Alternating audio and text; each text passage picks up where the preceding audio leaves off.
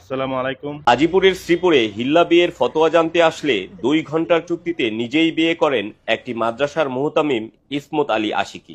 বিয়ের 10 মিনিটের মধ্যেই ইমাম কফিল উদ্দিনের পাহারায় মসজিদের ভেতরে সিঁড়ির পাটাতনে ওই নারীর সঙ্গে সহবাস করেন মাওলানা আশিকি।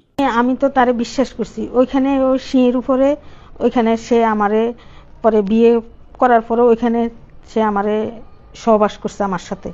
আমি তো ওই জিনিসটা বুঝছি না যে একজন আলেম মানুষ, হে তো সবই বুঝে, সব জানে, আমি তো আর জানি না।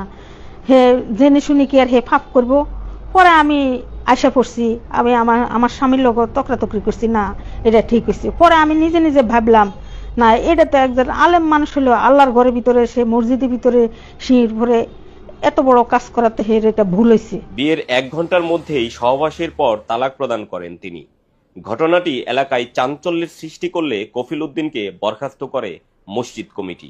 অভিযুক্ত ওই মুহতামিম ময়মনসিংহের ধোবাউড়া উপজেলার কামালপুর গ্রামের ইসমত আলী আশিকি এবং এই নিয়ে কিছু বলতে চাই না, টলও করতে চাই না।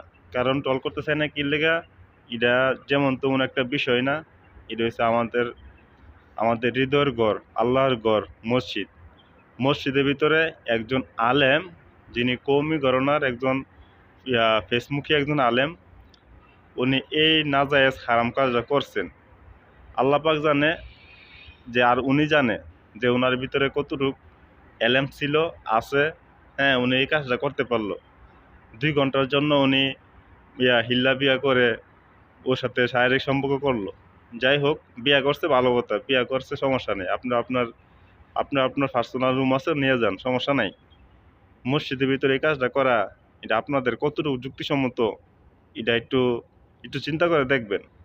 আমি গতকাল থেকে দেখতেছি এটার প্রতিবাদ শুধু আমরা সুন্নিরাই করতেছে, সুন্নি আলেমরা করতেছে, সুন্নি অনুসারীরা করতেছে এটার প্রতিবাদরা।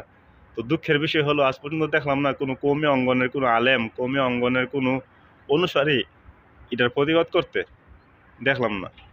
কিসের জন্য প্রতিবাদ করেন নাই, যে আপনারা জানেন আর আল্লাহ পাক জানে, ঠিক আছে। তবে আমরা সুন্নিদের যে একটা আঁকা, যে এই কাজটা করছে তার দৃষ্টান্তমূলক শাস্তি দাবি করতেছি, এবং তার শাস্তি মৃত্যুদণ্ড, এর বাইরে কোনো শাস্তি নাই।